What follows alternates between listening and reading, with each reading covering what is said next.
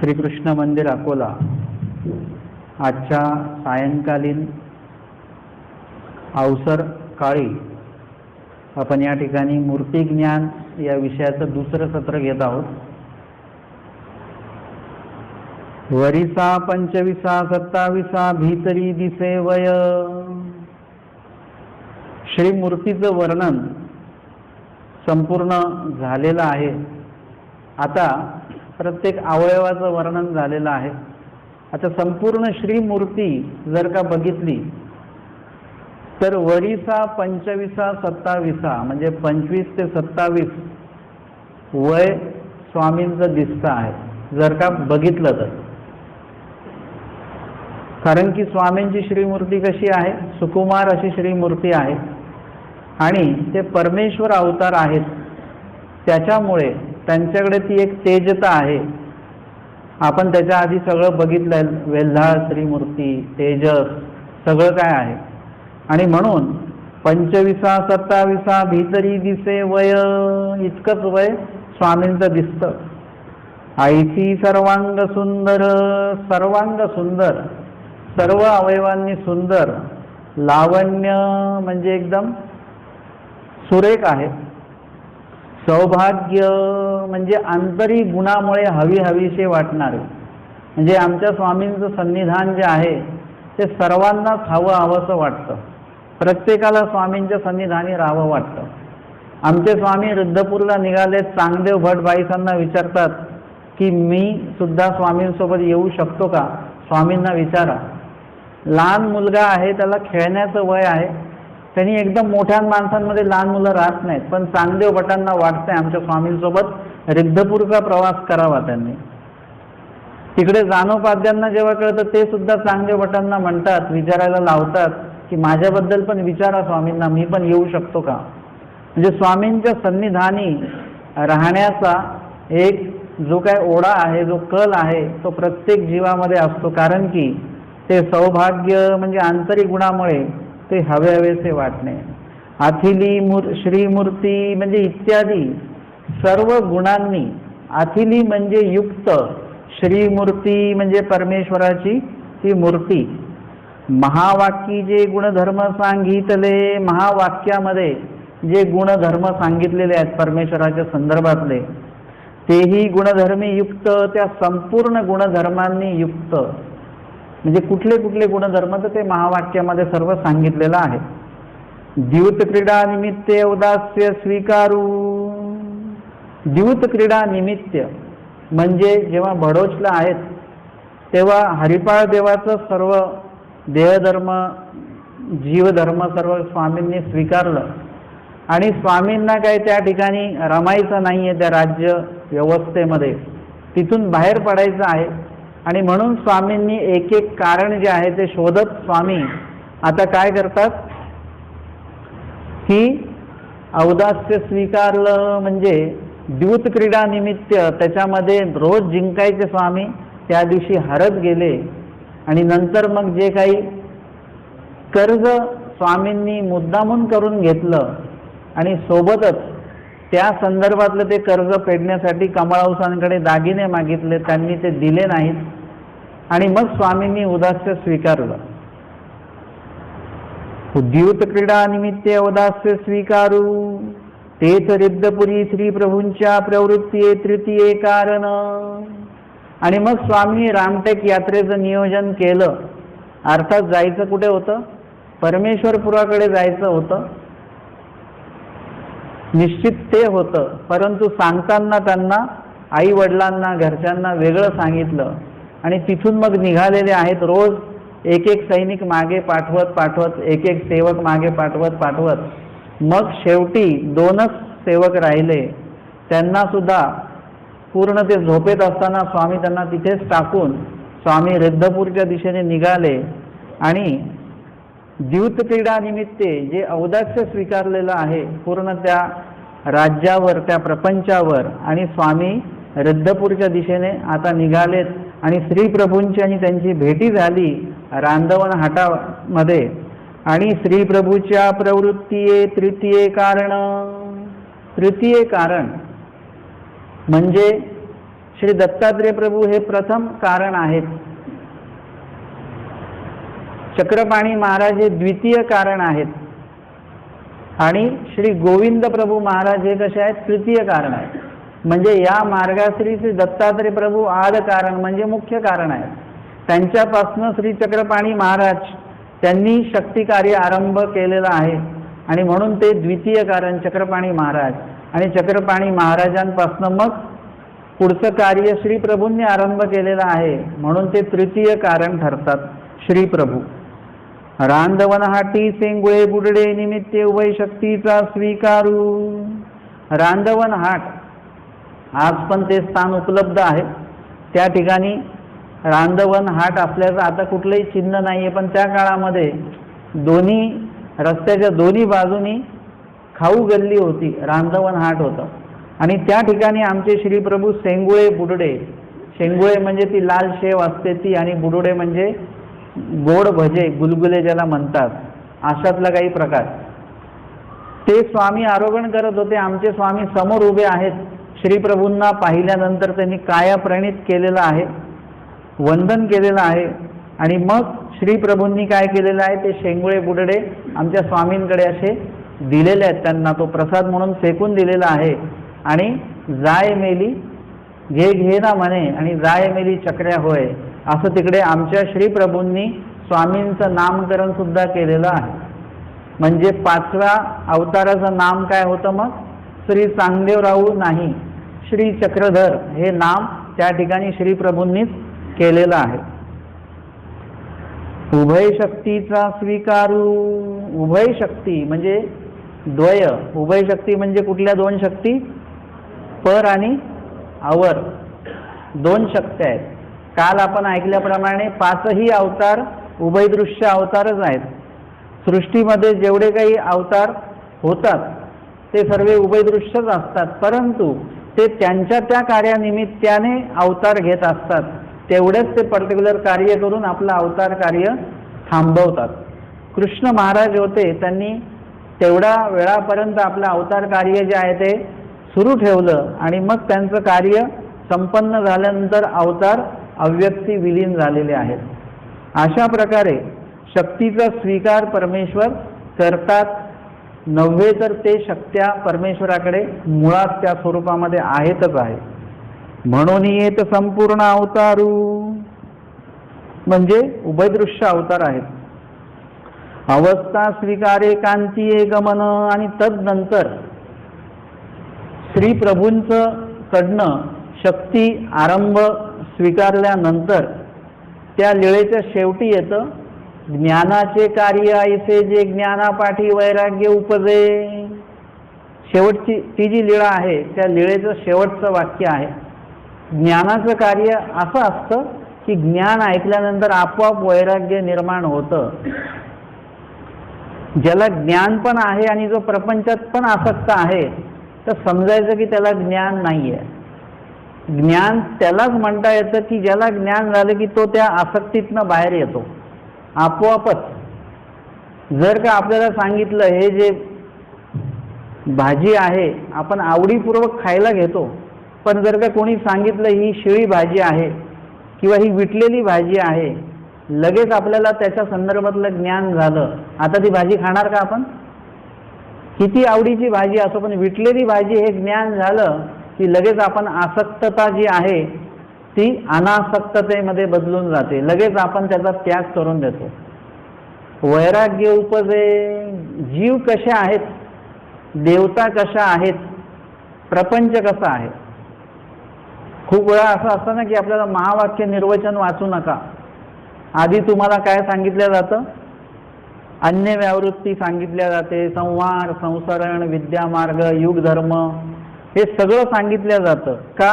आधी यांच्याबद्दल जाणून घ्या हे कसे आहेत.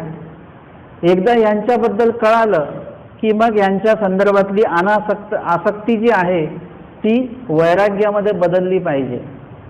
म्हणजे एखादा व्यक्ती भेटले आपल्याला बरे वाटले, पण नंतर कळालं की हे स्वभाव यांचा चांगला नाही आहे, लगेच आपण त्यांच्यापासून लांब राहतो.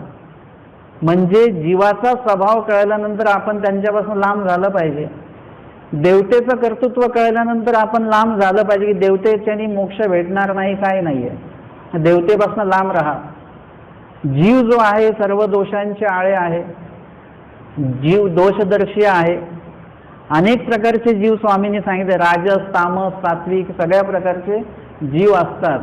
आणि या जीवांमध्ये सुद्धा तुम्हाला गुंतायचं नाहीये, संबंधियांमध्ये गुंतायचं नाहीये, हे सगळं सांगितलं देवानी. म्हणजे त्यांच्यापासून पण आपण लांब झालं पाहिजे. आणि प्रपंच कसं सांगितलंय, अनित्य सांगितलेलं आहे,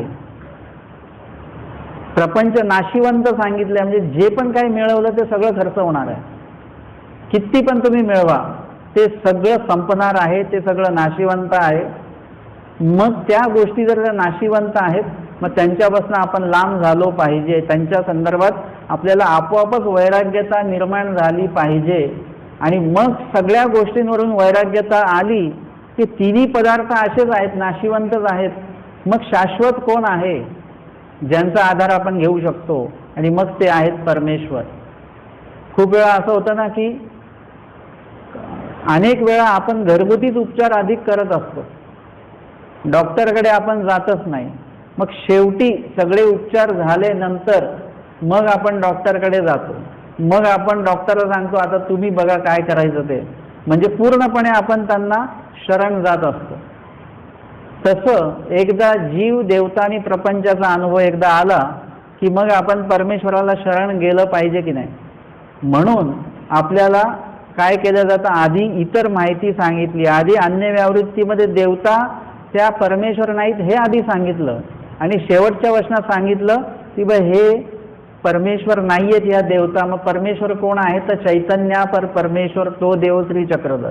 म्हणून या नवही स्थानीच्या देवतेमध्ये गुंतून राहू नका.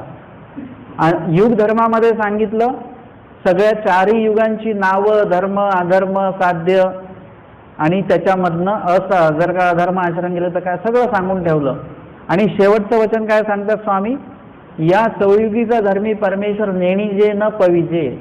म्हणजे ते सुद्धा स्वामींनी काय केलं, आम्हाला त्या एका वचनात कळून जातं की या चारही युगाचा जो काही धर्म आहे तो जर का आपण आचरण करत बसलो तर त्याच्याने देव भेटणार नाही. मग देव कशाने भेटणार आहे, परमेश्वरे परमेश्वर जाणीजे, परमेश्वरे परमेश्वर पाविजे. मग परमेश्वराने परमेश्वराबद्दल कशात सांगितलं, तर महावाक्य निर्वचनामध्ये सांगितलं. मग परमेश्वरे परमेश्वर पाविजे म्हणजे परमेश्वराने विहित केलेला विधी आचरण केल्यानंतर परमेश्वराची प्राप्ती होणार. म्हणजे हे आपल्याला त्यातनं उपाय सुद्धा देवाने सांगून ठेवलेले आहेत. आणि म्हणून आपला विषय चालू आहे की ज्ञान झालं की वैराग्य निर्माण होतं. आमच्या स्वामींना देहाच्या ठिकाणी जी काही श्रीमूर्तीचं आता आपण वर्णन ऐकलं 32 लक्षणी अशी ती श्रीमूर्ती, त्यावर स्वामी औदास्य स्वीकारतात. सालबर्डीच्या वनामध्ये किती वर्ष स्वामी आहेत, 12 वर्ष आहेत. आणि त्या ठिकाणी विहरण वर्तन करत असताना जिथून स्वामींना जाऊ वाटलं तिथून स्वामी जातात. मग स्वामींच्या इथे या हाताला म्हणा ओरखडे येतात त्या झाडांचे, ते जखम होते त्याच्यातनं रक्ताचे बिंदू बिंदू असे येतात. किंवा स्वामींचे केश असतात ते कुठेतरी अडकून जातात, स्वामी तिथेच राहतात. म्हणजे केसांच्या ठिकाणी सुद्धा स्वामींनी काय केलेलं आहे, पूर्ण देहाच्या ठिकाणी औदास्य स्वीकारलेलं आहे. आता स्वामींनी उदास्य का स्वीकारलंय, कारण की जेव्हा तुम्हाला त्याग करायचा असतो, हा त्याग आम्हाला दाखवला देवाने, जेव्हा आम्हाला त्याग करायचा असतो तेव्हा सगळ्यात पहिले आपण आपल्या देहाच्या ठिकाणी जी आसक्ती आहे, संन्यास घ्यायचा असेल तर काय करावं लागतं, आधी वपन करावं लागतं. कारण केसांच्या ठिकाणी आपलं खूप ममत्व आहे, खूपच. आणि म्हणून आपण आपला जो संन्यास होतो त्यावेळेला आधी ते केसांचा त्याग आहे तो आधी करावा लागतो. आमच्या स्वामींनी ते दाखवून दिलेलं आहे. केसांच्या ठिकाणी कुठल्याही प्रकारे आसक्ती ठेवू नका, इथून सुरुवात आहे. त्यानंतर पूर्ण जे देह आहे त्या देहाच्या ठिकाणी पण अनासक्ती देवाने दाखवलेली आहे. आपल्याला जर का देवाच्या ठिकाणी आसक्ती निर्माण करायची असेल तर देहाच्या ठिकाणी अनासक्तता आपल्यामध्ये येणं खूप गरजेचं आहे. आपण सकाळी उठतो त्यावेळेला आपण देवाची सेवा कमी आणि सकाळी उठल्यापासून देहाची सेवा आपण जास्त करत असतो. देहाच्या सेवेमध्ये आपला खूपसा वेळ निघून जातो. स्वयंपाक आपण बनवतो तो सुद्धा देहासाठीच असतो.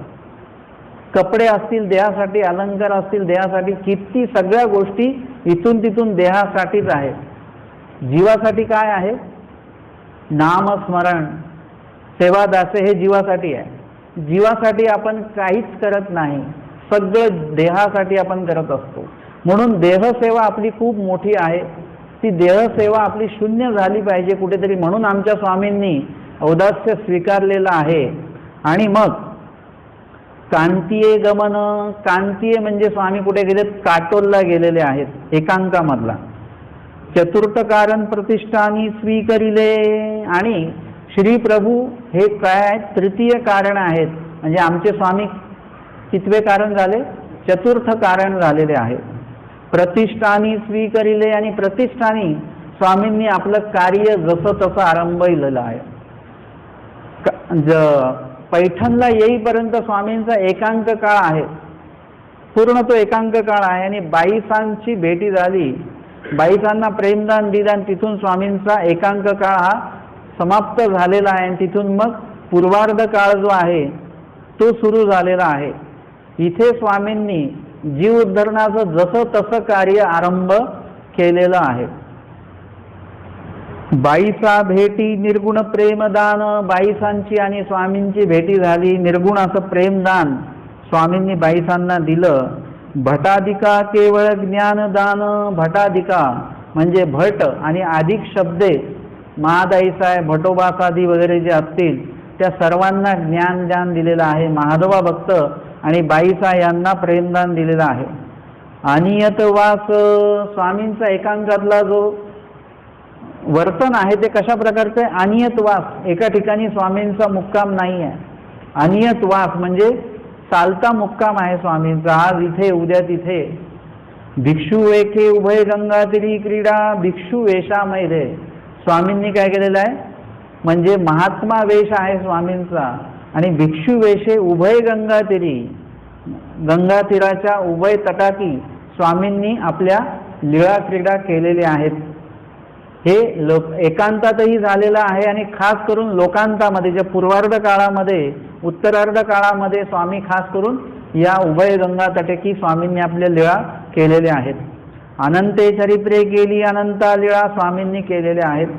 अनंता जीवा ते उद्धरिले, अनंत जीवांना स्वामींनी उद्धरण स्वामींच्या माध्यमातून झालेलं आहे. तया श्री चांगदेवराव गोसावी यांचे चरण शरण, त्या श्री चांगदेवराव गोसावी म्हणजे श्री चक्रधर स्वामी यांच्या चरणी मी शरण आहे.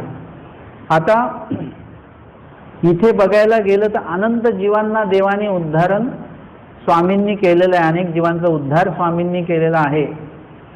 यामागे अजून एक आपण गोष्ट बघूया की एका सृष्टीमध्ये एक उद्धरण व्यसनी अवतार होत असतात. कवणा कवणी व्यसन, कवणा कवणी व्यसन येथ जीव उद्धरी जेती हेची व्यसन. म्हणजे स्वामींनी जो अवतार घेतलेला आहे तो केवळ जीव उद्धरण्यासाठी म्हणून घेतलेला आहे. जसं आपण बघितलं की चक्रपाणी महाराजांनी आवर्दान देण्याचा भाव ठेवलेला आहे, श्री गोविंद प्रभूंनी परदान देण्याचा भाव ठेवलेला आहे. आमच्या स्वामींनी आवर्दानही देतात, परही देतात, पण त्यातल्या त्यात उभयदृश्य अवतार जे आहेत आमचे स्वामी ते उभयदृश्य अवतार चक्र श्रीकृष्ण महाराज पण आहेत, दत्तात्रय प्रभू महाराज पण आहेत, आमचे स्वामी पण आहेत. पण आमचे स्वामी हे इतर अवतारांची पेक्षा विशेषता अशी आहे आमच्या स्वामींची की ते उद्धरण व्यसनी अवतार आहेत. केवळ जीवांचा उद्धार आहे, मुख्य लक्ष स्वामींचं आहे. एका सृष्टीमध्ये एकच उद्धरण व्यसनी अवतार होतात आणि ते एकदा झाले की ते सृष्टीपर्यंत नित्य असतात. आता आपल्याला पुढचा एक प्रश्न येतो, तो प्रश्न आपल्या पुढच्या ह्याच्यामध्ये काही विषयामध्ये तो सोडवला जाईल आपल्याकडनं. आता म्हणजे स्वामींचा अवतार होतो हा किती वेळ राहतो, काय राहतो वगैरे ह्या संदर्भातच आपण बोलणार आहोत. आता इथे पाचही अवतारांच्या संदर्भातले त्यांच्या लीळा, त्यांचे चरित्र, त्यांचा अवतार हे त्या संदर्भामध्ये माहिती दिल्या गेलेली आहे. ज्ञानशक्ती, विज्ञानशक्ती. आता परमेश्वर जेव्हा कार्य करतात तेव्हा कुठल्या कुठल्या शक्ती त्याच्यामध्ये उपयोगी जातात. ज्ञानशक्ती, विज्ञानशक्ती. ज्ञानशक्तीचा उपयोग होतो. विज्ञानशक्ती आहे त्याचा उपयोग होतो सामर्थ्य विज्ञान. वेदशक्ती आहे म्हणजे शब्दरूप वेद आहे. वेदशक्ती सामर्थ्यरूप वेद आहे. बोधशक्ती. वैखरी म्हणजे एक तर परमेश्वराची वाचा कशी आहे, परावाचा आहे, परंतु इथे आल्यानंतर वैखरीमध्ये म्हणजे मनुष्यासारखं बोलावं लागतं देवाला. ते वैखरी त्याचाही स्वीकार केला. पराशक्ती, उभय दृश्यत्व, परावर दोन्ही. दया, मया, कृपा, करुणा. प्रवृत्ती, निवृत्ती, दया, मया, कृपा, करुणा.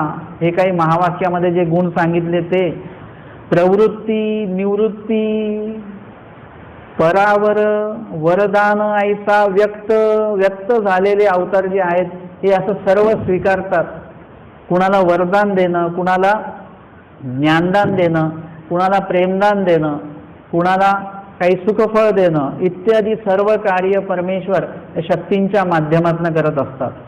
सर्व शक्तियुक्त व्यक्त अवतार कसे आहेत, सर्व शक्तियुक्त, सर्व शक्तींनी ते युक्त आहेत.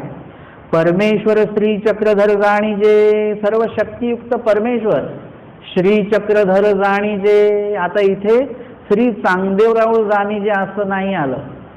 काय शब्द आला, काय नाम आलं, श्री चक्रधर जाणीजे. या परी श्री चक्रधर जीवाते उद्धरिती, किंवा चैतन्या परमेश्वर तो देव श्री चक्रधर भटोबासांच्या मुखातलं जरी असलं तरी ते सुद्धा आम्हाला प्रमाण आहे. कारण की ते कशामध्ये येतं, वृद्धाचारामध्ये की मार्गरूढीमध्ये. भट्टोबासांनी म्हटलेलं कशामध्ये येतं, श्रुतीमध्ये की स्मृतीमध्ये, स्मृतीमध्ये येतं. श्रुतीमध्ये काय येतं मग, परमेश्वराची स्वामींची जी काही वचनं आहेत ती कशामध्ये येतात, श्रुतीमध्ये येतात. तर मग श्री चक्रधरू जाणीजे म्हणजे श्री चक्रधर स्वामी आहेत. कोण आहेत, सर्व शक्तियुक्त परमेश्वर अवतार आहेत श्री चक्रधर स्वामी, असं तुम्ही जाणून घ्या. याते मूर्ती ज्ञान बोलीजे म्हणजे असं संपूर्ण श्री मूर्तीचं नुसतं बाह्य सौंदर्याचंच वर्णन नाही केलं, अंतर जे काही शक्ती युक्तत्व आहे, शक्तींनी युक्तत्व स्वरूप आहे त्या स्वरूपाचं सुद्धा वर्णन एक प्रकारे केल्या गेलेलं आहे. असं सर्व शक्तियुक्त कोण आहेत, परमेश्वर श्री चक्रधर जाणीजे. याते मूर्ती ज्ञान बोलीजे, याला मूर्ती ज्ञान असं म्हणतात. ऐसा परमेश्वरू, असे परमेश्वर आहेत. आता आपल्याला जर विचारलं परमेश्वर जाणा, तर हे परमेश्वर म्हणजे हे सर्व, हे सुद्धा थोडक्यात सांगितलेलं आहे आपल्याला. हे सर्व शक्तियुक्त परमेश्वर. तयाचे नाम लीळा मूर्ती चेष्टा देह पर्यंत आठवीजे. हे कशा करता सांगितलं बरं, संदर्भ का दिले लीळेंचे, किंवा समोर आपल्याला याच्या पुढे आपल्याला विषय चालू होणार आहे की अवयवांच्या लीळा. श्री चरण ऐसा भावीजे ध्यायजे, श्री करायचा भावीजे ध्यायजे. हे कशासाठी आहे, मूर्ती ज्ञान कशासाठी सांगितलं न, असे जे परमेश्वर आहेत ज्या पाचही अवतारांची नाम सुद्धा तुम्हाला सांगितल्या गेलेली आहेत, त्यांच्या लीळा सुद्धा थोडक्यात सांगितल्या गेलेल्या आहेत, त्यांच्या मूर्तीचं वर्णन सुद्धा केल्या गेलेलं आहे आणि सोबतच त्याच्यामध्ये चेष्टा सुद्धा आलेल्याच आहेत. तर आपल्याला का सांगितलं बरं हे, न तयाचे नाम लीळा मूर्ती चेष्टा. नाम लीळा मूर्ती चेष्टा याला काय म्हणतात, चतुर्विध स्मरण म्हणतात याला. आपण जे कालच्या सत्रामध्ये पण पाहिलं, नामाच्या 10 ठायाच्या सत्रामध्ये आणि संध्याकाळच्या सत्रामध्ये सुद्धा नामस्मरणाचं महत्त्व आपण ऐकलं. ते महत्त्व जे आहे ते काही मी माझ्या खिशातनं सांगितलं नाही, मला वाटतं म्हणून सांगितलेलं नाही. हे सगळं सांगून ठेवलेलं आहे स्वतः परमेश्वरानेच. ते फक्त तुमच्यापर्यंत पोहोचवणारा मी एक मध्यस्थी व्यक्ती आहे. सर्व जे सांगितलेलं आहे ते ईश्वरो मुखोक्त ते सगळं आहे. तयाचे नाम लीळा मूर्ती चेष्टा देहपर्यंत आठवी. जे कुठपर्यंत आठवायचं? देहपर्यंत. का फक्त मार्गशीर्ष महिन्यातच? तुम्ही तर सर्व करता ना, मार्गशीर्ष महिन्यात स्पेशल विडा ठेवून एकच महिना स्मरण करतात. मार्गशीर्ष महिना संपला की मग आपण मस्त उपार करतो आणि त्या उपारावर ताव पण आपणच मारतो आणि पोटभर जेवून झोपून जातो. दुसऱ्या दिवशी स्मरणाला कोणीही उठत नाही. संशोधन असं सांगतं की 21 दिवस तुम्ही एखादी क्रिया केली सतत की ती तुमच्या अंगवळणी पडून जाते. 21 दिवस तुम्ही फिक्का चहा पिला की तुम्हाला गोड चहा पिऊ वाटणार नाही. 21 दिवस तुम्ही सतत 3 वाजता उठले तर 22व्या दिवशी तुम्हाला उठवावं लागणार नाही. इकडे 30 दिवस आम्ही स्मरण करून मार्गशीर्ष महिन्याचा दुसरा संपला की दुसऱ्या दिवशी कुठला जो महिना लागतो त्या दिवशी आपण नारळावर झोपलेलो असतो. संपला आमचा विडा. काही लोक श्रावण महिन्याचा विडा ठेवतात. श्रावण महिन्यात स्मरण केलं पाहिजे, चांगला असतो, पवित्र महिना असतो. जे ब्रह्मविद्या जाणतात त्यांच्यासाठी असं काही नाही. म्हणून माझा एकच आग्रह असतो, लीळा चरित्र वाचा, वचन पाठांतर करा, वचनांचे अर्थ पाठ करा. महानुभावांचं तत्वज्ञान एवढं आहे, याचं वेगळं नाही आहे काही. तुम्हाला जेव्हा काही देवाबद्दल बोलायचं तुम्हाला वचन बोलावं लागणार. तुम्हाला लीळेचा संदर्भ द्यावा लागेल, तुम्हाला दृष्टांताचा संदर्भ द्यावा लागेल, स्मृतीस्थळाचा संदर्भ द्यावा लागणार. हे वाचन करा, बाकीच्या वाचनात वेळ घालवू नका. जर का तुम्ही मार्गशीर्ष महिना आणि श्रावण महिना पवित्र मानत असाल तर तुम्हाला सादाईसांची लीळा माहिती नाहीये. आमच्या सादाईसा आल्या, स्वामींच्या त्या पूजा अवसराला पोचू शकल्या नाहीत. स्वामी म्हणतात, बाई काखेचा मोटाळा जो आहे तो परता ठेवा, तुम्ही काखेमध्ये जे ओझं आणलंय ते बाजूला ठेवा. ते म्हणतात माझ्याकडे कुठलंच ओझं नाहीये. आणि त्यांचं दुःख चालू, मी देवाच्या पूजा अवसराला पोचू शकले नाही. स्वामी काय म्हणतात, बाई हे भेटे तेदवाची पर्वकाळ. समजलं का या वाक्याचा अर्थ? कुठलाही वेळ असो ना, अमावस्याचा दिवस का असे ना, त्या दिवशी जर का तुम्हाला देव आठवला तो तुमच्यासाठी पर्वकाळ आहे. आमच्यासाठी दवना पर्व म्हणजे तो पर्वकाळ नाहीये, दिवाळी पर्व म्हणजे पर्वकाळ नाहीये. ज्या दिवशी तुम्ही पूर्ण वेळ तुम्ही देव आठवला तो तुमच्यासाठी पर्वकाळ आहे. आणि ज्या दिवशी तुम्ही देवाला आठवलंच नाही तो तुमच्यासाठी अमावस्याचा दिवस आहे, तो तुमच्यासाठी अशुभ दिवस आहे. वेगळं कॅलेंडरमध्ये बघत नका बसू अशुभ दिवस कुठला, वर्ग दिवस कुठला. ज्या दिवशी स्मरण घडलं, लीळा स्मरण घडलं, चतुर्विध स्मरण घडलं, चतुर्विध दुःखही त्याच्यामध्ये आपल्याला मिळालं झालं, तो दिवस आमच्यासाठी खूप चांगला दिवस आहे. आजपासनं शुभ मुहूर्त वगैरे काही बघायची गरज नाही. तुम्ही ज्या दिवशी चांगलं कार्य कराल तो दिवस तुमच्यासाठी चांगला आहे. ज्या दिवशी देवाला आठवाल तो दिवस चांगला आहे. खूप लोक तर अनुसरण घेताना पण दिवस बघतात, आजचा चांगला मुहूर्त आहे का. मला एकाने म्हटलेलं तेव्हा की तुमच्या दीक्षेची तारीख मी काढतो, शुभ मुहूर्त. मी म्हटलं मी ज्या दिवशी दीक्षा घेणार तो दिवस माझ्यासाठी, तो क्षण माझ्यासाठी शुभ मुहूर्तच असणार आहे. जोपर्यंत मी दीक्षा घेत नाही ते सगळे दिवस माझ्यासाठी अशुभ मुहूर्तच आहेत म्हटलं सगळे. म्हणून मला काही वेगळा दिवस बघायची गरज नाही. कारण की आमच्या भटोबासांनी बघितलं नाही ना दिवस.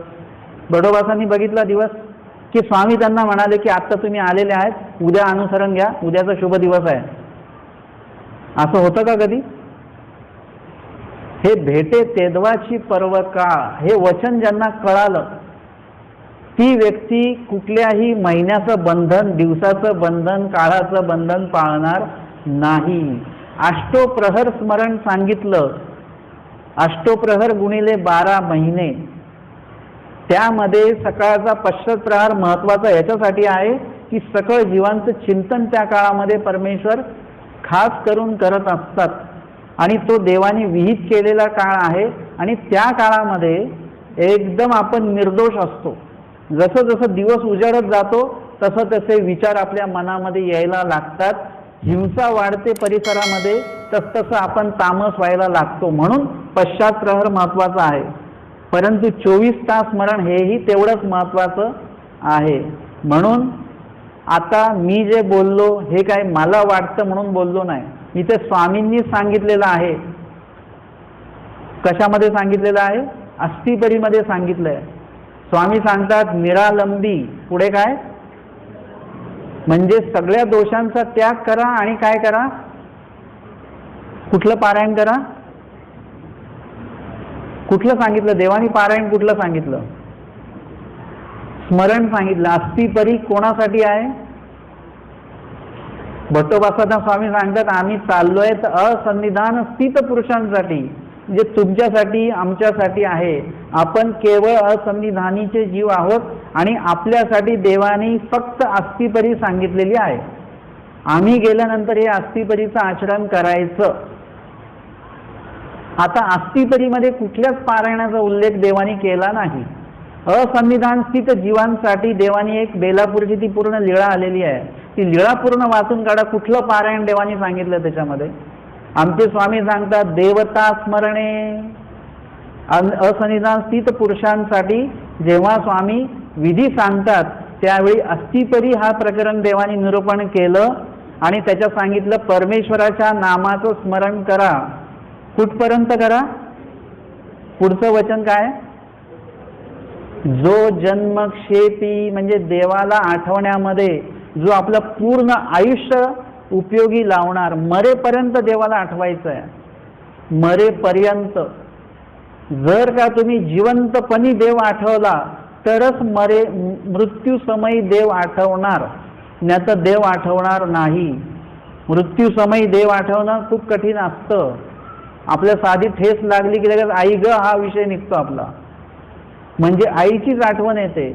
वेगवेगळे शब्द उच्चारतो पण देवाचं नाव येत नाही, कारण की स्मरणच करत नाही आपण. म्हणून इथे काय सांगितलंय?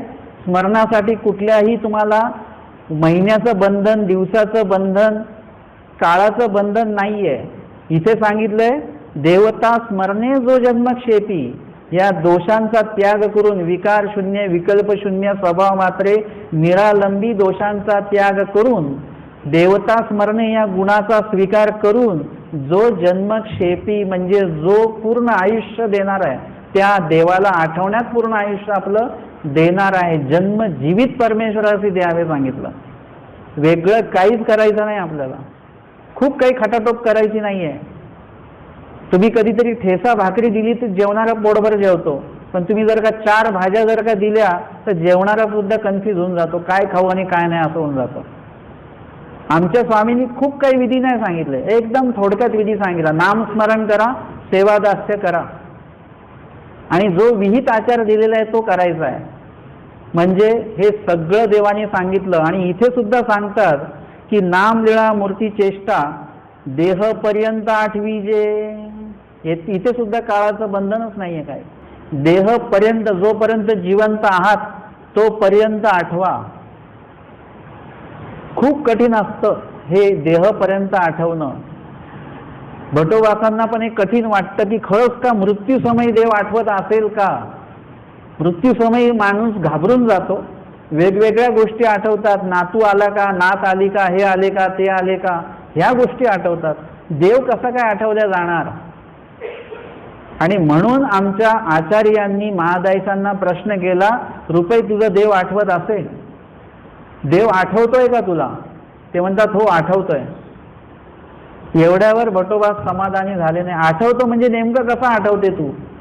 का बरं विचारतात भटोबास असं?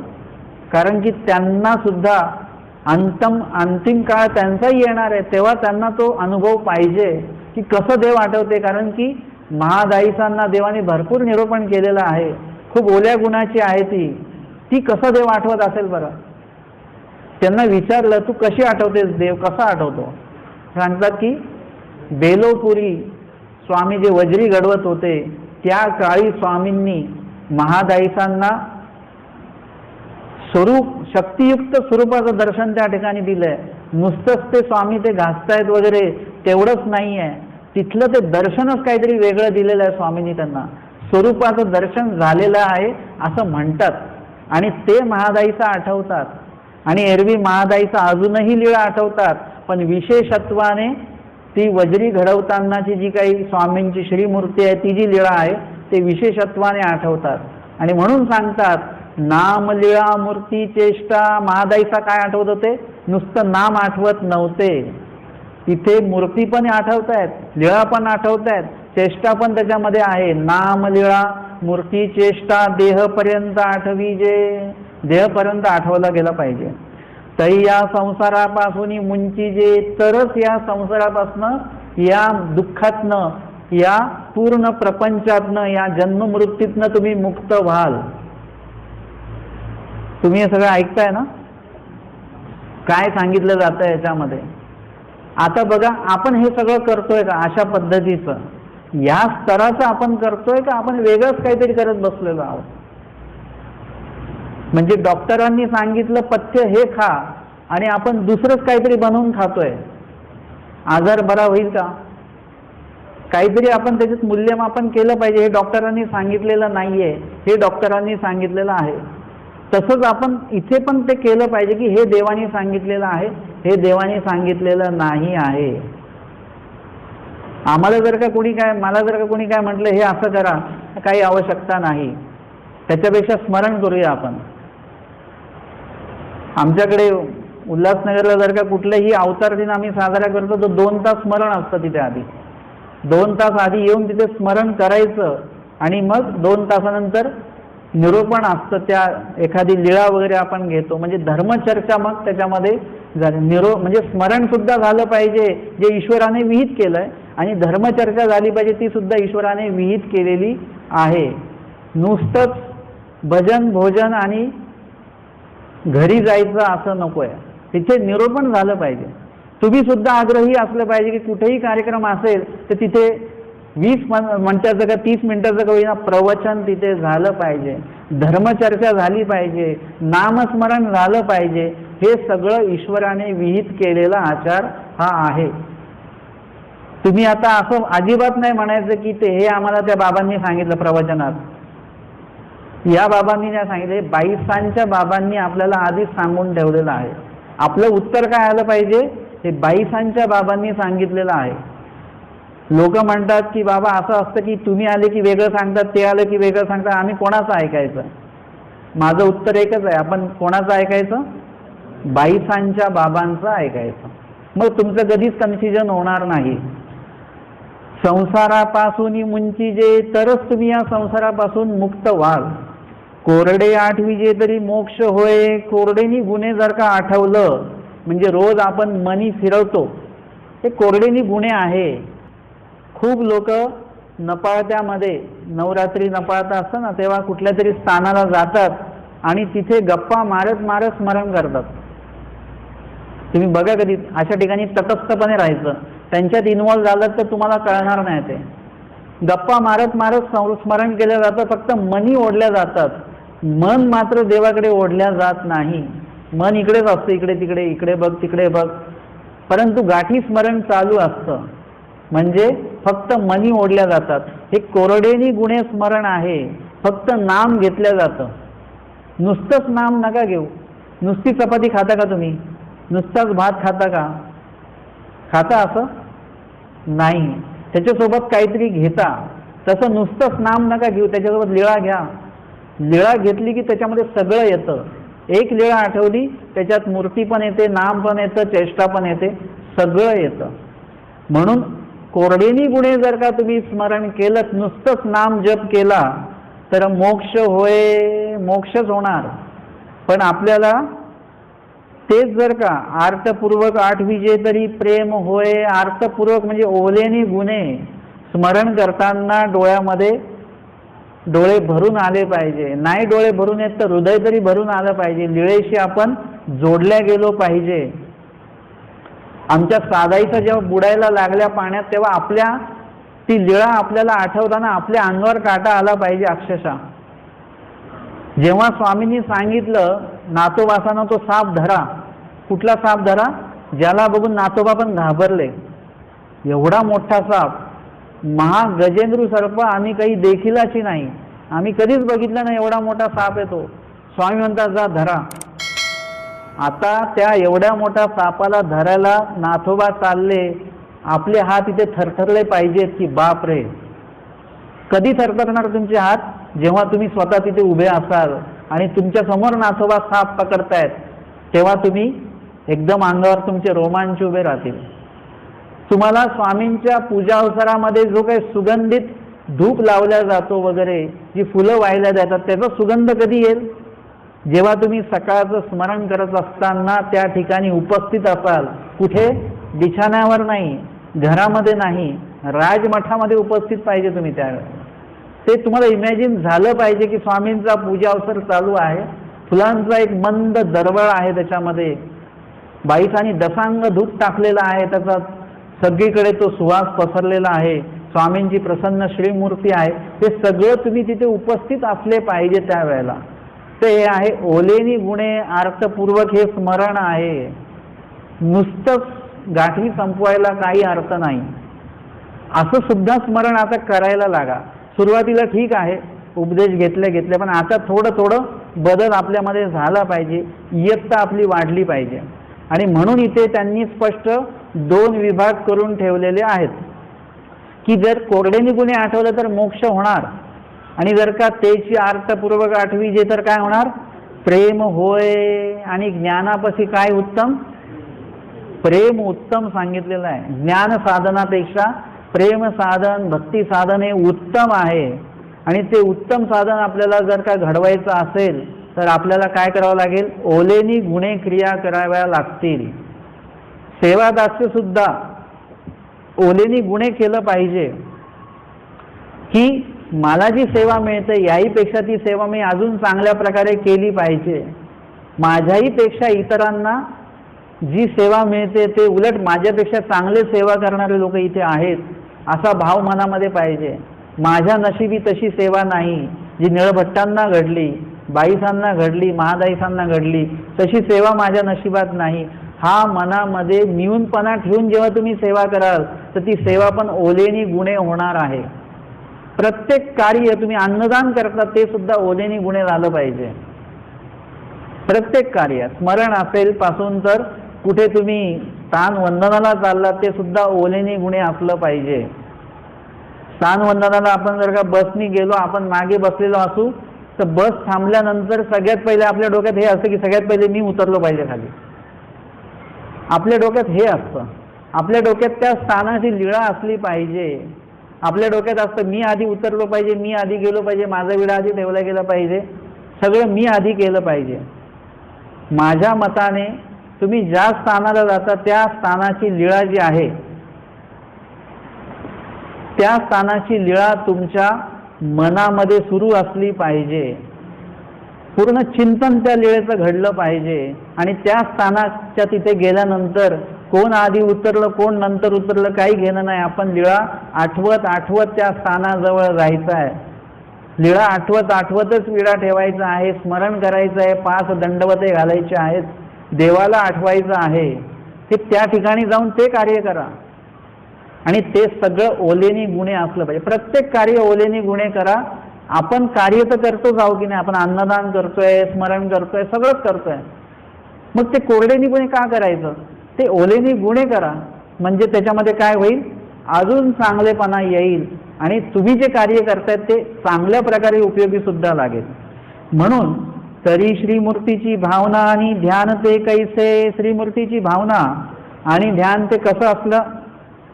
नाल गोसावी लखू देव बाते म्हणितले, हे तुम्हा श्रुत की दृष्ट. नामाच्या 10 ठायामध्ये जो विषय आला तोच इथे आलेला आहे की तुम्ही आम्हाला भेटण्यासाठी आला तर आम्ही तुम्हाला श्रुत आहोत की दृष्ट आहोत? ऐकलं आमच्याबद्दल की पाहिलं आम्हाला तुम्ही कुठे? तरी श्रुत म्हणजे ऐकिले. तर श्रुत म्हणजे काय? श्रुत म्हणजे ऐकिले आणि दृष्ट म्हणजे देखिले, म्हणजे देवाला बघितलेलं असणं. आता आपण कशामध्ये पडतो? श्रुत की दृष्टमध्ये? श्रुतमध्ये. आपण देवाला बघितलं नाही आणि देव आपल्याकडे बघत नाहीत. आपण देवाबद्दल मात्र ऐकलेलं आहे. हे झालं आपण श्रुत याच्यामध्ये पडतो. तरी श्रुत श्रीमूर्ती कैसी भावीजे ध्याईजे. आता श्रुत श्रीमूर्ती कशी काय भावायची ध्यायाची? आपण बघितलंच नाही, जे आपण बघितलं नाही ते कधी पण आपण डोळ्यासमोर आणू शकत नाही. मग कसं काय भावायचं, कसं काय त्याचं ध्यान करायचं. आणि देखील श्रीमूर्ती कैसी आठवी जे, आणि ज्यांनी प्रत्यक्ष श्रीमूर्ती बघितलेली आहे त्यांनी त्या श्रीमूर्तीचं ध्यान, त्या श्रीमूर्तीच्या ज्या लीळा आहेत त्या कशा काय आठवायच्या बरं. आता श्रुत श्रीमूर्तीची भावना आणि ध्यान ते कैसे, ते इथे सांगतात. श्रुत श्रीमूर्तीची भावना आणि ध्यान ते कसं असलं पाहिजे. जे कांतीये श्री चांगदेव रावळा गोसाविया शिष्या भेटी. कांतीये म्हणजे काटोलला आमचे स्वामी गेले आणि श्री चांगदेव रावळा गोसाविया शिष्या भेटी. कोण आहेत ते? उधळीनाथ. उधळीनाथांची आणि स्वामींची भेट. गोसावी दादोसा ते म्हटले महात्मे हो तुम्ही श्री प्रभूच्या दर्शना का जा. जे तुम्ही श्री प्रभूंच्या भेटीला का जाता बरं. ते म्हणतात श्री प्रभू आमचे परमगुरू आहेत. स्वामी म्हणतात तुमचे परमगुरू कुठे आहेत? काटोलला आहेत. ते वानरेशाचे परमगुरू म्हणजे श्री प्रभू कोणाचे परमगुरू आहेत? वानरेशांचे परमगुरू आहेत. तुमचे परमगुरू श्री प्रभू ठरत नाही, कारण की तुम्ही स्वामींकडे काय मागितले? दादोसांनी विद्या मागितलेली आहे. आपण देवाकडे काय मागतो यावरून आपले परमगुरू कोण ठरतात हे बघा. तुम्ही देवाकडे ज्ञानच मागितलं असेल आणि देवाकडनं तुम्हाला ज्ञानच मिळालेलं असेल तर आपले परमगुरू पण कोण ठरतील? श्री प्रभू ठरतील. पण आपण देवाकडे जर काही इतर दृष्टपर गोष्टी मागितल्या असतील तर आपले परमगुरू कोण ठरतील? मग उधळीनाथ तिकडे जाऊ आपण. म्हणजे तुम्ही काय मागताय त्यानुसार तुमचे परमगुरू कोण होणार आहेत हे लक्षात घ्यायचं. आता या ठिकाणी स्वामी म्हणतात रे वानरेशाचे परमगुरू. महादाईसा लगेच तिथे बसलेले आहेत. महादाईसा काय ऐकून घेणार? त्या महादाईसाने लगेच प्रश्न विचारला ते कैसे जी, म्हणजे ह्यांचे परमगुरू वेगळे त्यांचे परमगुरू वेगळे असं कसं काय. यावरी हे गोष्टी सांगितली, ही लीळा स्वामींनी सांगितली. स्वामी म्हणतात बाई आम्ही काटोलला गेलेलो होतो. आमच्या कटी प्रदेशी एक सुडा आणि एक श्रीमुकुटी सुडा आहे स्वामींच्या. आईचे दुर्गाचेनी परिसरे जात होते. म्हणजे त्या ठिकाणी जो किल्ला आहे आजही मोडक्या अवस्थेमध्ये तो किल्ला तिथे आहे. तिथून स्वामी चाललेले होते आणि द्वारावतीकार श्री चांगदेव राऊळ गोसावी यांचे अनुग्रहित जे उधळीनाथ आहेत 136 पुरुषांना जे काही विद्यादान दिल्या गेलं त्यामध्ये हे उधळीनाथ सुद्धा आहेत, ज्यांना चांगदेव राऊळ गोसावी म्हणजे चक्रपाणी महाराजांपासून विद्यादातृत्व वर्तलेलं आहे. ते राजगुरू होऊन वर्तत असती. तिथल्या राजाचे गुरु म्हणजे राजगुरू होऊन त्या ठिकाणी आहेत. रायाचे गुरु ते उपरीवरी बैसले असती. तेही या ते उपरीवरून देखिले. ते वरच्या माळ्यावरती ते बसलेले होते आणि तिथून त्यांनी स्वामींना बघितलेलं आहे. स्वामी अशा किल्ल्याच्या तिकडून परिसरातनं चाललेले आहेत आणि स्वामींची श्रीमूर्ती एवढी तेजस आहे, वेल्हाळ आहे, सुरंग आहे की तिथून तो वेधल्या गेलेला आहे. स्वामींची श्रीमूर्ती बघितल्यानंतर याला म्हणतात मूर्तिवेद. बघितल्यानंतर मूर्तीच्या ठाई वेधल्या गेला आणि त्यांनी आपल्या शिष्यांना म्हटलं जा बरं त्यांना बोलवून आणा बरं इकडे. शिष्य आले आणि त्यांनी स्वामींना विनंती केली की जीजी रायाचे गुरु उधळीनाथ हे तुम्हाला बोलवत आहेत तिकडे. यासी तेथ जावयाची प्रवृत्ती. आमच्या स्वामींना त्यांच्या विनंतीचा स्वीकार करण्याची प्रवृत्ती होती. आमचे स्वामी तिथे गेले. याते येता देखुनी तेही म्हटले पुरखा आय्या ऐसा पेंडुका उपेक्षिला बापया. आणि स्वामींना त्यांनी पाहिलं. सुंदर 32 लक्षणी अशी स्वामींची श्रीमूर्ती आहे आणि तरीही स्वामींनी असा औदास्य आपल्या देहावर का स्वीकारलेला आहे. ऐसा पिंडू म्हणजे असा 32 लक्षणी देह, अशी उपेक्षा तुम्ही का करत आहात असं ते म्हणतात. म्हणून तेथुनीची आपलेनी सामर्थ्य विद्या प्रभू आदरिली. तिथेच बसल्या बसल्याच त्यांनी स्वामींना विद्या देऊ आदरिली. स्वामींची परवानगी घेतली नाही, विचारलं नाही, सांगितलं नाही, सरळ विद्या देऊ इच्छिली. परंतु परिप्रभवेना, परंतु स्वामींनी काय ती स्वीकारली नाही. देवाच्या हातामध्ये आहे स्वीकारायचं की नाही स्वीकारायचं आहे. तो जर का कणवेचा जीव असेल तर स्वीकारणार, त्याची विनंती असेल तर देव स्वीकारणार, नाही तर स्वीकारणार नाहीत. अय्या रे पुरुष कैसा हाटिया असे हे त्यांच्याही लक्षात आलं की हे घेत नाही आहेत, स्वीकारत नाहीत. ते म्हणतात हे किती हट्टी आहेत की हे स्वीकारायला तयार नाहीत. आणि मग ते डोलधाऱ्यावरून उतरले, त्या पाळण्यातनं बंगईतनं उतरले, खाली बसले. ते स्वामींसाठी पण आसन समोर टाकायला लावलं. त्यांच्या हे पण लक्षात आलं की देवाने का नाही घेतलं आहे, कारण की आपली देण्याची पद्धत चुकलेली आहे. काही लोक म्हणतात बाबा दंडवत, असंच हात जोडत नाही, काही नाही. ते कोणालाही असंच दंडवत करतात. दंडवत करताना दंडवत करणे हा विनम्रतेचा एक विधी आहे. तर तो वंदन करताना आपल्या थोडं हातबीत जोडल्या पाहिजे, थोडंसं वाकलं पाहिजे. वासनिकांनाही दंडवत करताना थोडं वाकलं पाहिजे आपण. तर तो भाव देण्यामध्ये नाही आहे, म्हणून स्वामींनी स्वीकारलं नाही. मग त्यांनी खाली आसन टाकलं स्वतःचं, स्वामींसाठी आसन टाकायला लावलं. केश कळाप तुटले गवत काढिया कुसळे रुतली. स्वामींचे जे श्रीमुकुटाचे जे केस आहेत ते आस्ता व्यस्त आहेत, त्याच्यामध्ये गवत काड्या वगैरे असे गुंतलेले आहेत. त्यांनी काय केलेलं आहे की स्वामींचे ते जे काही केस आहेत ते विंचरून काढले, स्वतः त्यांनी ते विंचरले. आणि मग मागुती वीरगंटी घातली, म्हणजे जे वीर लोक जसं वर असा केस बांधतात, जसं दत्तात्रय प्रभूंचे आहेत वगैरे, अशा प्रकारे ते केस स्वामींचे व्यवस्थित वीर व्यक्तीप्रमाणे ते बांधलेले आहेत. स्वामींच्या श्रीमूर्तीवर असुदाचे बिंदू बिंदू आहेत, रक्ताचे बिंदू बिंदू. ते काय केले त्यांनी, ओल्या कपड्याने वगैरे ते पुसून काढले. मग या ते हात जोडून विनविले. आणि मग स्वामींकडे त्यांनी प्रार्थना केली. पण कशी केली, हात जोडून प्रार्थना केली. प्रार्थना ही कशी केल्या जाते, हात जोडून की हात लावून. मग आपण विड्यांना हात का लावतो, एक जण विडा धरून असतो आणि बाकीचे सगळे करंट देतात मागून, सगळे एकमेकांच्या हाताला हात लावून ठेवतात. आम्ही तिकडे विडा जो ठेवतो, एकाच्या हातामध्ये विडा असतो, बाकीच्या सगळ्यांनी हात जोडायचे. विडा ठेवताना विनंती बोलल्या जाते, ती विनंती कधीही हात जोडून असते. बरोबर आहे की नाही. कुणापुढे आपण अधिकाऱ्यांना पण म्हणतो बाबा आमच्याकडे या, तेव्हा एक जण हात जोडतात, बाकीच्या घरातले हात लावतात का त्यांना.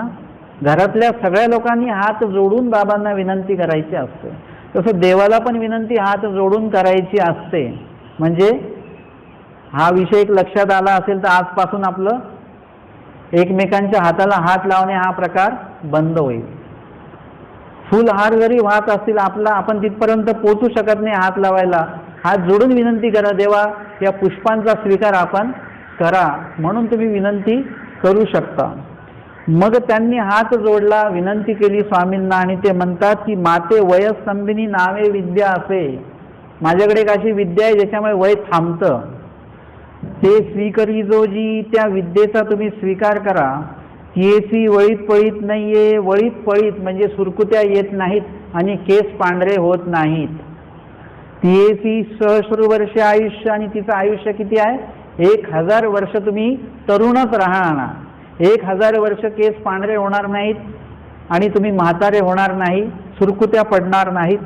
ते गोसावी स्वीकारावी जी, ते स्वामींनी स्वीकार करावा असं स्वामींना विनंती त्यांनी केली. हेतुकेनी ते विद्या प्रभविली, तेवळी श्रीमुकुटाचे अनुकार्य करूनी मानिले. स्वामींनी मग मान्य केलं, हो ठीक आहे तुम्ही विनंती करताय, आता आम्ही ती विद्या स्वीकारू. मग विद्या स्वीकारली आणि हेतुकीनी ते विद्या प्रभवली. आणि मग महादाईसी गोसाविया ते पुसिले. आता मला तर खूप बरं वाटतं की इथे महादाईचा होत्या, म्हणून महादाईसांनी हे छोट्या मोठ्या गोष्टी जे आपल्या डोक्यात गैरसमज म्हणून राहिल्या असत्या, त्या महादाईसांनी त्यांच्या प्रश्नाच्या माध्यमातून काढून टाकल्या. महादाईसांना हे काही पटलं नाही की एका जीवाकडनं एका देवतेची विद्या आमचे स्वामी परमेश्वर घेतात, आणि ती पण वयस्तंभिनी विद्या. म्हणजे हे काही महादाईसांना पटलं नाही. आपल्याला लगेच पटून जातं. एक जण त्या दिवशी मला बोलले की आता 200 वर्ष स्वामींचा हे आहे बरं का पंथ, नंतर 200 वर्षानंतर काय होईल. म्हटलं तुम्ही टेन्शन घेऊ नका, देव तुमच्या खांद्यावर सगळी धुरा सोपवून जाणार आहे. आत्ता आपला विषय सुरुवात काय झालेला, परमेश्वर कसे आहेत, सृष्टीपर्यंत नित्य आहेत. आमच्या स्वामींना उदळीनाथाने आयुष्य दिलं म्हणून आमचे स्वामी आहेत का? काय म्हणणं आहे तुमचं? बघा, विचार करा. आतापर्यंत आपणच हे म्हणत होतो की बरं झालं, म्हणजे आमच्याकडे ते उदळीनाथ मोठे झाले. उदळीनाथाचा पण एक फोटो आपण घरात ठेवला पाहिजे की तुमच्यामुळे आमचे स्वामी 1000 वर्ष आहेत. नाहीतर कलियुगाचंच आयुष्य होतं आमच्या स्वामींना 100 वर्ष. असं आहे का? आपण पण विचार केला पाहिजे ना. आपण पण मानवापंथी लोक आहोत, आपण यथार्थ ज्ञान जाणणारे लोक आहोत. इथे स्वामी एका जीवाकडनं विद्या घेतील आणि स्वतःचं आयुष्य वाढवून घेतील का? मग माझा लगेच दुसरा प्रश्न आहे की दत्तात्रय प्रभूंना कोणी वयस्संधिनी विद्या दिलेली आहे? ते तर चतुर्युगी अवतार आहेत. आमच्या स्वामींनी सांगितलं. त्यांना कोणी विद्या दिली? आता दिली का कोणी? नाही दिली. परंतु ते तरी चतुर्युगी काय आहेत? परमेश्वराने कधी अवतार घ्यावा आणि कधी अव्यक्ती विलीन व्हावं हे सर्वस्वी परमेश्वरावर अवलंबून असतं. परमेश्वर कुणाच्याही आधिपत्याखाली वावरत नाहीत. आपला जन्म कधी व्हावा आपल्याला माहिती नाही आणि कधी मरणार आपण आपल्या हातात आपलं मरण सुद्धा नाही. काही लोक आत्महत्या करायचा सगळा प्रयत्न करतात पण मरतच नाहीत. ते आत्महत्या जरी केली तरी मृत्यूच नशिबात नसेल तर माणूस मरणारच नाही. आणि कितीही तुम्ही वाचण्याचा प्रयत्न केला मृत्यू आला असेल तर माणूस मरणार. हे सगळं जीवाच्या बाबतीत आहे. जर का एखादा जीव त्याला वयस्संधिनी विद्या दिली असती तो 1000 वर्ष असता निश्चित त्याचं श्रेय उदळीनाथांना दिल्या गेलं असतं. पण या ठिकाणी महादाईशांनी विचारलं की जी गोसावी तयापासून विद्या स्वीकारली तरी त्यासी गोसावी काय दिदले जी. त्याच्याकडनं तुम्ही विद्या स्वीकारली मग तुम्ही त्याला काय दिलं? त्या बदल्यामध्ये काय दिलं? कारण की ही ग्रहणादान म्हणतात याला. एक घेऊनी एक देती ग्रहणादान. जीवाकडनं काहीतरी घ्यायचं आणि त्या बदल्यात त्याला काहीतरी द्यायचं. तुमच्याकडनं कणव परमेश्वर घेतात आणि त्या बदल्यामध्ये तुम्हाला काय करतात? योग्यता घडवतात. तुमच्याकडनं अधिकार घेतात आणि तुम्हाला परमेश्वर योग्यताकारक अधिकार वाढवणाऱ्या गोष्टी विधींचा सेवेचा योग घडवून देत असतात. आणि म्हणून महादाईसांनी हा प्रश्न महत्वाचा विचारला आणि स्वामी म्हणतात, सर्वज्ञ म्हटले बाई तयाची विद्या अपरिपूर्ण होती. हे वाक्य वाचा तुम्ही लीळाचरित्रातलं. ही विद्या त्याच्याकडे जी होती, कोणाकडे? उदळीनाथांकडे जी विद्या होती ही कशी होती? परिपूर्ण होती. असं वाक्य आहे का? अपरिपूर्ण होती म्हणजे तीच पूर्ण नव्हती. ती तुटकी होती ती विद्या. ते येथून स्वीकारून परिपूर्ण केली. आम्ही ती स्वीकारली आणि त्याला परिपूर्ण विद्या करून दिली. मला सांगा या लीळेमध्ये कोणी कोणाला विद्या दिली? आमच्या स्वामींनी त्यांना विद्या दिलेली आहे. त्याची अर्धी विद्या होती आणि जगातलं पहिलं एक्सचेंज ऑफर आहे. आज असं ना ते जुना फ्रीज द्या नवीन घ्या. ही स्कीम सगळ्यात पहिले आमच्या स्वामींनी राबवलेली आहे. त्याची तुटकी सुटकी विद्या देवानी घेतली आणि त्याच्यात त्याला नवी कोरी विद्या त्याला दिलेली आहे. विद्या तर आमच्या स्वामींनी त्याला दिलेली आहे. परमेश्वरावर अशी कधीच वेळ येणार नाही की देवतेकडनं किंवा जीवाकडनं त्यांनी आयुष्य घ्यावं आणि मग पुढे चालावं. ऐसे नाही. म्हणून तुम्हाला सुरुवातीलाच निर्णय सांगून दिला की सृष्टीमध्ये एका सृष्टीत एकच उद्धरण व्यसनी अवतार होतात, ते आमचे स्वामी आहेत. आणि एक उद्धरण व्यसनी अवतार एकदा अवतार घेतला की ते सृष्टीपर्यंत नित्य असतात. उदळीनाथ जरी नाही भेटले तरी स्वामी या कलियुगाचा, हे सृष्टी कलियुग सुद्धा नाही, सृष्टीपर्यंत स्वामी आमचे आहेत. त्यांना जेव्हा वाटलं की अवतार कार्य आपल्याला थांबवायचं त्यावेळी ते थांबवू शकतात. नाही थांबवायचं नाही थांबवणार. हे सगळं आहे. आणि म्हणून या लीळेच्या माध्यमातनं आपल्याला थोडा हा पण जो भाग आहे तो लक्षात आलेला आहे की व्यक्त श्रीमूर्तीधार्या परमेश्वर, जी श्रुत श्रीमूर्ती आहे ती कशी आठवायची? आता अशी आठवायची की स्वामी बसलेले आहेत. स्वामींचे केस तो विंचरतो आहे उदळीनाथ. स्वामींच्या ते असुद बिंदू आहेत ते आपल्याला दिसले पाहिजे डोळ्यांनी. ते पुसल्या जात आहे. स्वामींची तांबे गौर श्रीमूर्ती एकदम तेजता आहे श्रीमुखावर. हे सगळं आपल्याला काय झालं पाहिजे? आपण ऐकतोय लीळेतनं, हे सगळं स्मरणामधनं आपल्या डोळ्यापुढे उभं राहिलं पाहिजे. अशा प्रकारे आपण या मूर्ती ज्ञान विषयातली ही पहिली लीळा आपण बघितलेली आहे की श्रीमूर्ती कशा प्रकारे आठवल्या गेली पाहिजे. यानंतर पुढचा जो विषय आहे तो आपण पुढच्या सत्रामध्ये घेऊया. दंडवत हो.